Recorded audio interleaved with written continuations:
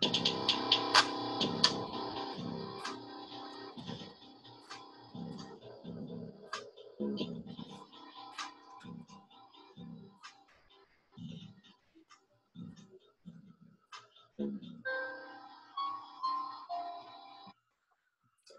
welcome everybody. You are on with the Many Heads podcast crew.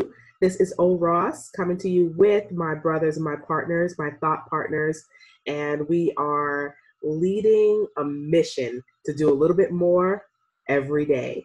So we come with a great conversation, whether it's business, social issues, humanity in general, climbing the ladder, the corporate world, all those things, the hodgepodge of success.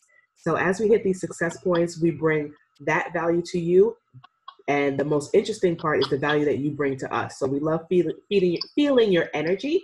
So please contact us on manyhandspodcast.com. Throw your comments. You can find us on iTunes, iHeart, Spotify, Stitcher. We're going to soon to be radio.com. That should be up tonight. So everybody look for us. Show us your comments. Show us your love. Hit us on Facebook. Hit us on Instagram. And we'll start talking. Submit your ideas for the next show as well. So again, my name is Oriel Ross. I go by O Ross. People call me O. And you can find me at thesmallbizengine.com, thesmallbizengine.com. And anything you want to know about business strategy, that's where we talk about it. So, my brothers, who's next? Yeah, Rio Winfrey here, a model, actor, brand ambassador, and fitness expert. They can get on that fitness journey. You can contact me at riowinfrey.com or bookrio.com. Awesome. Everybody. So we have Antoine Watts here, co-founder of Personal Injury Professionals, serial entrepreneur. As far as personal injury professionals, if you've ever been injured in an accident, or if there's anything we can assist you with, please reach out, www.pipinjury.com. What's going on, everybody? B. McKinney here, McKinney Brands. We are here to help you do a lot of things, grow your business, buy a home, sell a home. Just come find us, McKinneyBrands.com. Email me at brian@McKinneyBrands.com. Thanks, welcome, and we want to hear from you. Awesome. So we've talked about a lot. We are still at the beginning of our journey, and I know it's going to be big, impactful, do a lot of things, and that really excites me. But we talk about some heavy topics. You know, we tackled the abortion issue. We've talked about women's rights, and we talked about spoiled America. So we do want to play that part of the consciousness, and we do want to integrate where humanity is and where it should be, where we think it should go, and give everybody something else to think about. Tonight, though, we're going to do things a little bit differently. Still going to be thought-provoking, still going to be who we are, but we're going to add some fun and spicy questions to give you a peek under the tent as to who we are, and maybe, you know, we'll reveal a couple things that we have coming up. You know, so guys, remember, mute if you're not talking. I'm going to start throwing some questions out there because that's what I do. Right. And these guys, let me tell you something. They're going to come with some fire. So let's see what we have here. Let's see what's in my pot. All right. Let's see who's gonna bless us with some knowledge. All right. Okay. We have this one that was submitted. What is a recent book that you've read that changed how you think? Who's going to take it? Go. I'll take it. I love it. So I say recent because I've actually read it twice. So this would be Battlefield of the Minds by Joyce Meyer. It did a lot for me. Just kind of my whole outlook on life in general, how to always see things in a positive light. Just letting me or making me understand that life is a journey. You know, whether at some point you may think of things are something negative, but in turn it's something positive. And you that step. So I love that. I read it. And you guys should read it. All right, give us the name. It is Battlefield of the Mind by Joyce Meyer. Okay. All right. I like it. I like it. She was actually in Orlando not too long ago. I wanted to go see her, but I never really was able to have it mesh with my schedule. So I missed that opportunity. Anybody else? Man, I read that New Jim Crow a little while ago by Michelle Alexander, I believe, and that opened my mind to so much, and it just kind of changed the way I think about a lot of things in life. And I am also very much a diversity and inclusion expert, and that was one of the books on my journey to diversity and inclusion that really just blew my mind. Nice. So I'll say right now, and Rio, I like how you said you going back and reading some of these, but one of the ones that I've been reading recently is Obstacle is the Way by Ryan Holiday. I've read it probably 3 or 4 times because it's a great mindset book. And it just talks about, instead of you dwelling on the problems as they come, jump directly to the solutions, and you'll save yourself some time, some headache, some heartache. Just get right to the root of the problem and the resolution, and life becomes much easier. I like that. Sometimes we're surrounded by this pity party crew, and nothing good comes of that. But people love to complain. It kind of springboards into a book that I'm reading now, which is Atomic Habits. I don't know if you guys touch that book. Like, you guys, especially B and Twan, you guys read a massive amount of material on a weekly basis. So when I introduce a book, I'm expecting it to already be on your shelf, in your Audible, in your, Kindle, all of that. But it's Atomic Habits, and I love it. It's really going through the psychology of building better habits. So we were saying, when we were talking offline, that B and I just completed a 20-day detox. And a lot of that was mental preparedness. So that kind of, I see it now. It takes 3 weeks to create a habit. I see it, so Atomic Habits, that's my recommendation. If you haven't read it, please go out there and grab that book. Let's see what other questions were submitted here. I like this one. Okay, let me see which one of you guys. Let's see who looks honest. Who can handle this question? Okay, what would you do differently if you knew no one would judge you? Anybody jump in? I feel that I'm so comfortable with myself, and just so happy with the space that I'm in at the moment, and continue. There's always room for growth.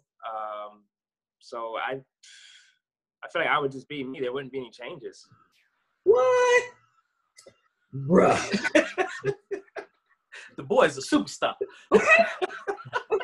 I feel like I'm in a perpetual state of self-discovery. Oh, he's like, I'm here. I have realized, woosah. I'm like, how did you get there, Gandhi? but there's always room for growth. But ultimately, I don't know. I'm comfortable with that. So no, but he is genuine, people. This is not made up. This is who Rio is all the time.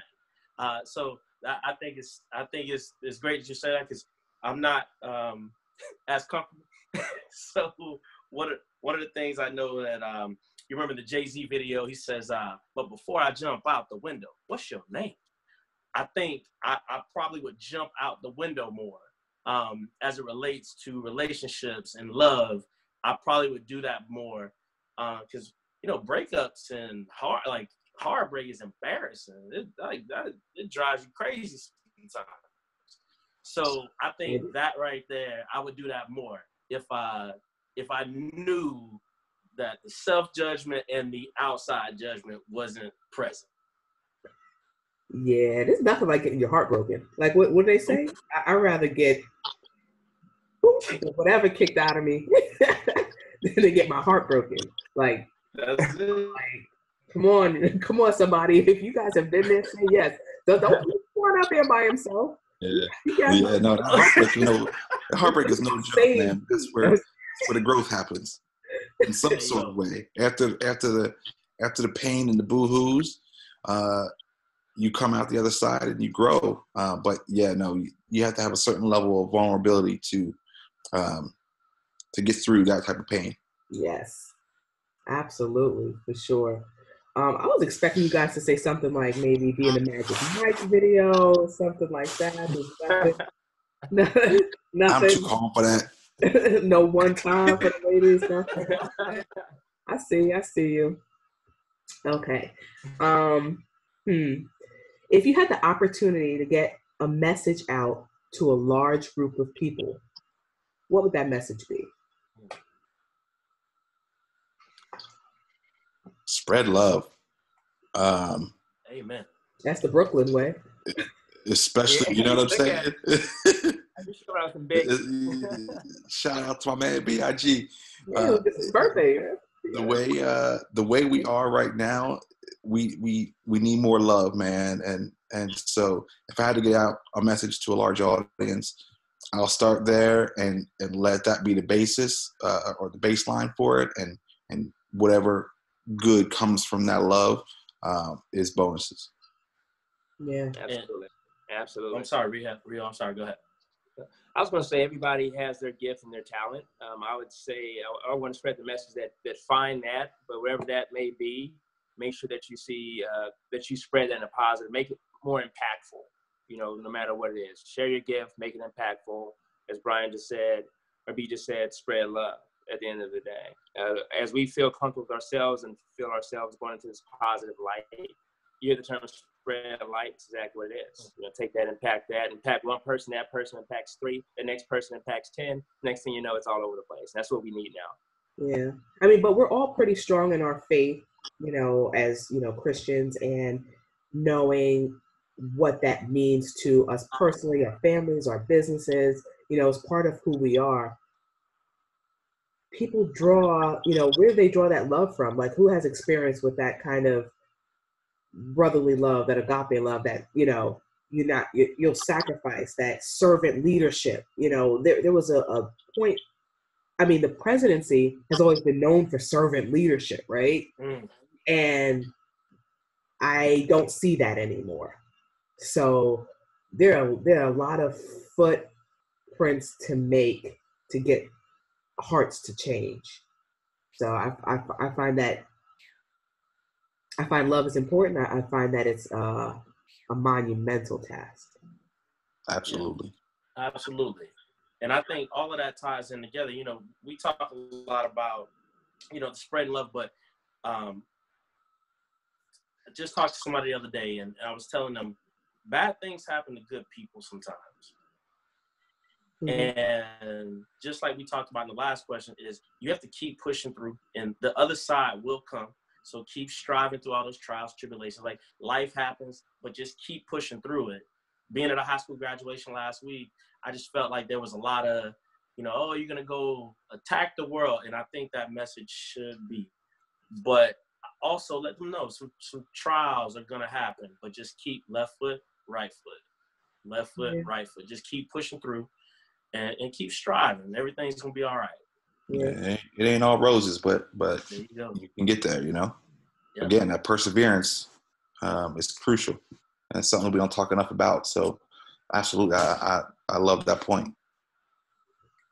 Yeah, find lessons in the struggle. You know, you hear the saying, "There's beauty in the struggle." You know, for me, I won't speak for everybody, but with my whole journey here, it's all about a life with no challenges is just not a life. You know. So you got to move forward, keep pressing. And as you move forward and learn from those things that you go through, you can teach that to somebody else. And then, like I said earlier, it keeps spreading. Kendrick Lamar has a verse. I'm sorry. Kendrick Lamar has a verse that he says,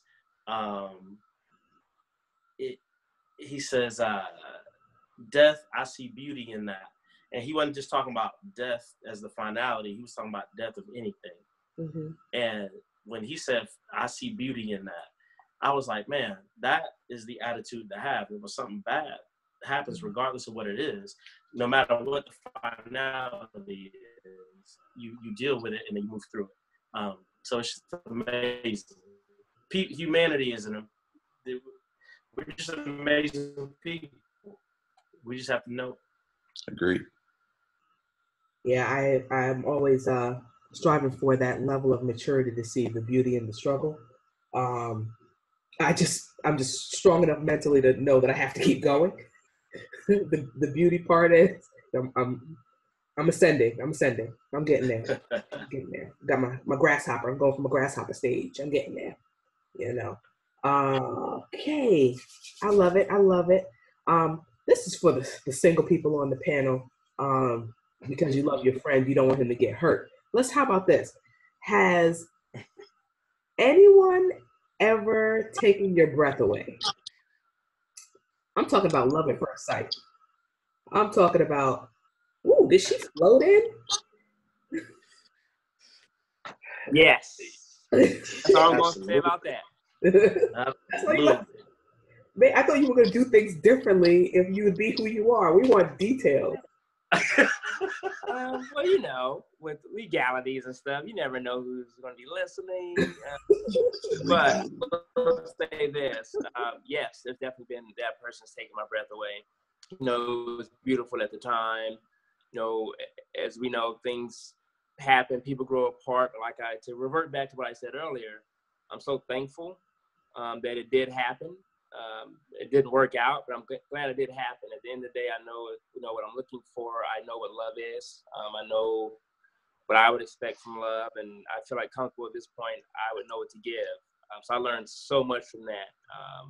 And so you out there, God bless you. All love. Kumbaya and all that. Okay. Boom. Bye.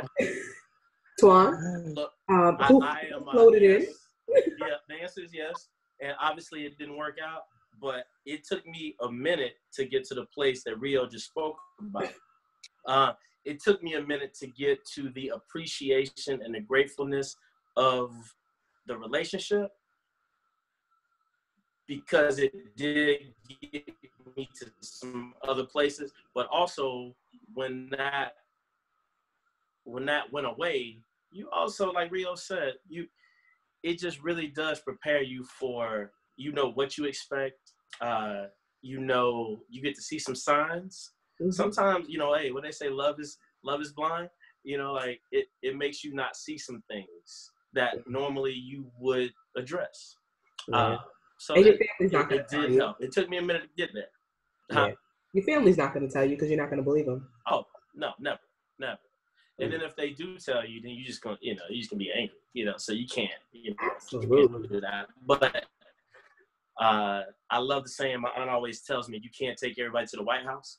Mm-hmm. And you know, disregarding current administration, I'm not talking about that. I'm just saying, in general, there's levels that we all aspire to get to, and everybody can go with us. And I just look at it as that now. It just wasn't meant to be in that place. Mm-hmm. Or maybe it was meant to be in that place, and you know. As I said it, I just thought that. I was like, maybe it was though. Yeah. So you're right. You're absolutely right. Okay. Let's see, y'all look nervous. Let me get a good one.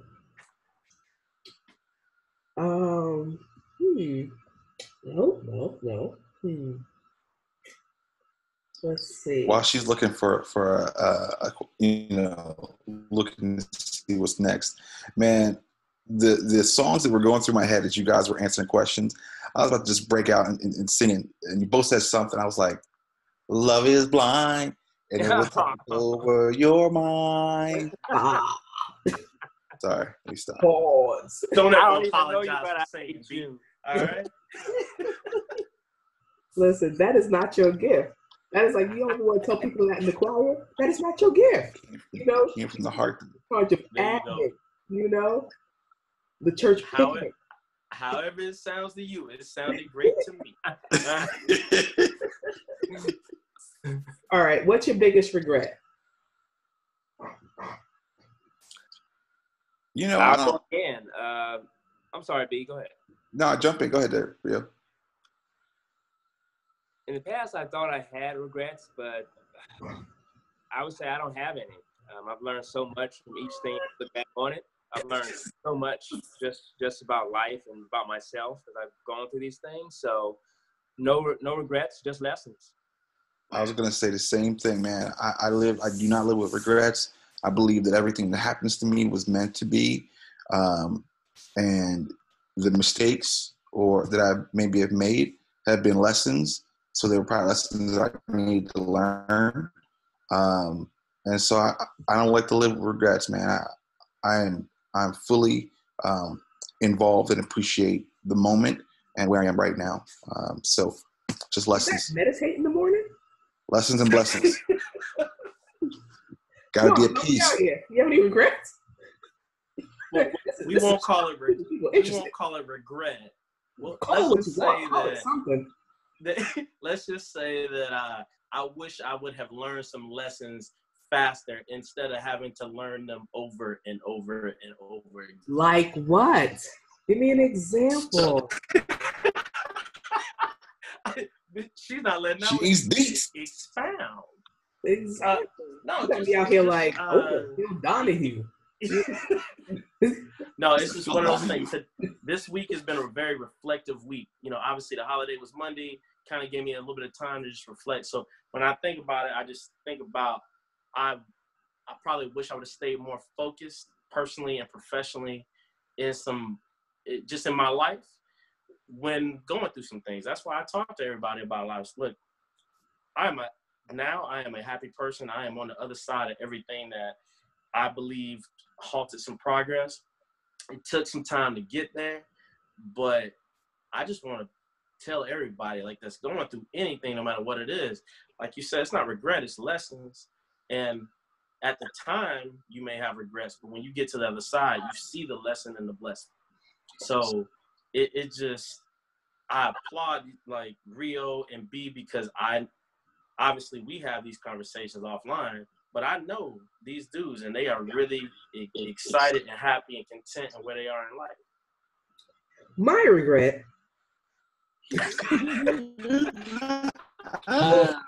My regret was probably just always feeling like I had to be so strong to handle everything. But I have, as I've been a little bit more open and inviting people in on a professional level, that led the pathway for more collaborations. And in those collaborative efforts and partnerships and business deals, like I've had some bad partners, so I am always hesitant, but I have my due diligence list down pat now. But I've been able to grow faster and stronger with the proper collaborative effort. So, and it's tough for me to ask for help, but I realized that was needed for growth. So I had a little regret there. You guys didn't ask me, but I jumped in. Oh, that's good. I do. I'm nosy like that. We want you to answer some of these questions too. You should have let me know. Next segment. All right. What else do we have going on? Let's see how far deep we are. Let's see. How about we end it on a good note? What is your happiest childhood memory?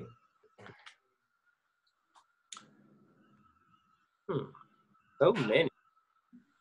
So this is funny. This is funny for me. So I would say as a child, I didn't probably think they were as fun, but as an adult, I enjoy because my family and we used to travel a lot. My dad he wasn't big on planes a lot for some reason. It was always, no matter if we're going to Memphis or we're going to Texas or wherever we're going, we're always in that van ride. So at the time, I'm like, man, I'm here. My sister beats me up all the time. I got these parents of mine up front. But looking back on it, it was actually a good time. Yeah. You know, in a family on those long road trips, when we get to the destination, obviously it's, where it's vacation, we're all with each other. And now that we know we're all doing our own thing, we're still very tight-knit, but we're not in, my parents are not here. I'm in Orlando, they're in Alabama, and my sister's in Alabama, so we're spread apart. So now we reflect and think back, those were really some good times. So I would say family trips and vacations for myself. Yeah. That's good. Yeah, that's a good one. That's a good one. And it kind of lays a foundation of things that you would do with your family and, traditions that you'll carry on. So I like that one. Next, who's up? whose past could I delve into? What is a happy childhood memory? Bring up some recessed memories. So I tell you, at the age of 16, I was able to watch my mother purchase her first home. And my mother, just, some personal info. My mother had me when she was 19 years old. We had a great support system as a family and friends, great village, but we got to grow up together. So I saw the late nights working. I saw the struggle. I saw the she didn't eat so I could eat. I saw all of that. So to see the full culmination of that at 16 and just saw her keep pushing, like that did more for me as a child in my growth and development into adulthood. So that right there for me, like, that just was, that's just amazing. This is amazing. Yeah, I like that. That's awesome. That's awesome. B, do you have anything? I was just thinking, man, and I think one of my favorite childhood memories was, for the folks that know me, I'm a huge basketball everything, and early in life, basketball was life for me. And I just remember being able to play ball with some of the older kids that were 2-3 years older than me, and I was on the court, and I was not only holding my own, but I was getting it. And so for somebody at a young age, I lacked confidence. And so there was a feeling of belonging and confidence that I gained from being on the court and giving it to these older guys. And then some of those older guys who were on my team looking at me like, yeah, B, okay. And so that's one thing that I always remember. That's probably when I started to get my shine a little bit. I like when B just said, I was getting it. Confident. Getting it. That's what I'm talking about. That's what I'm talking about. B didn't tell y'all when he gave Steph 35 and a half in high school. He didn't tell you about that. You don't hear about no Steph Curry stories, do you? Folks, I'm kidding. I'm kidding, folks. I don't want Steph people to come after me. I'm sorry. I apologize. I did not authorize the statement. He still wants to Warrior tickets. Yeah. We'll take him, Steph. I'm sorry. So, what about you? I'm sorry. Who flipped it? Yeah. Let me see. You would think I would be prepared. We used to. Let me see. I'm tossing up between two. We used to travel a lot, so I can relate to where Rio was going with his memory. The same way, summers meant something. We were going to do something big as a family. I'm a first generation American, so seeing my extended family always meant, another country or something like that. So that was always nice, just to see the world so young and kind of have an appreciation for other people and other cultures. And I think it shaped who I am today.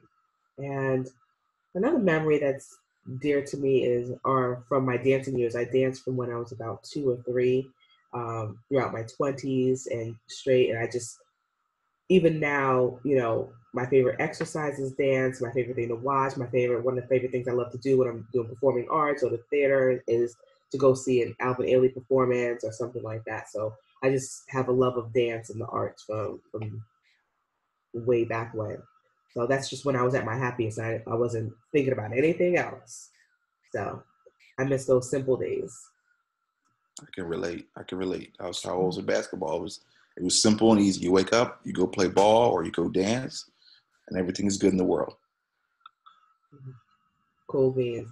So I hope everybody got to know us a little bit better. It was certainly fun for us. I love giving these guys my brothers, so I love giving them a hard time. It's my birthright. I'm also a little sister, so I know how to do it really, really well.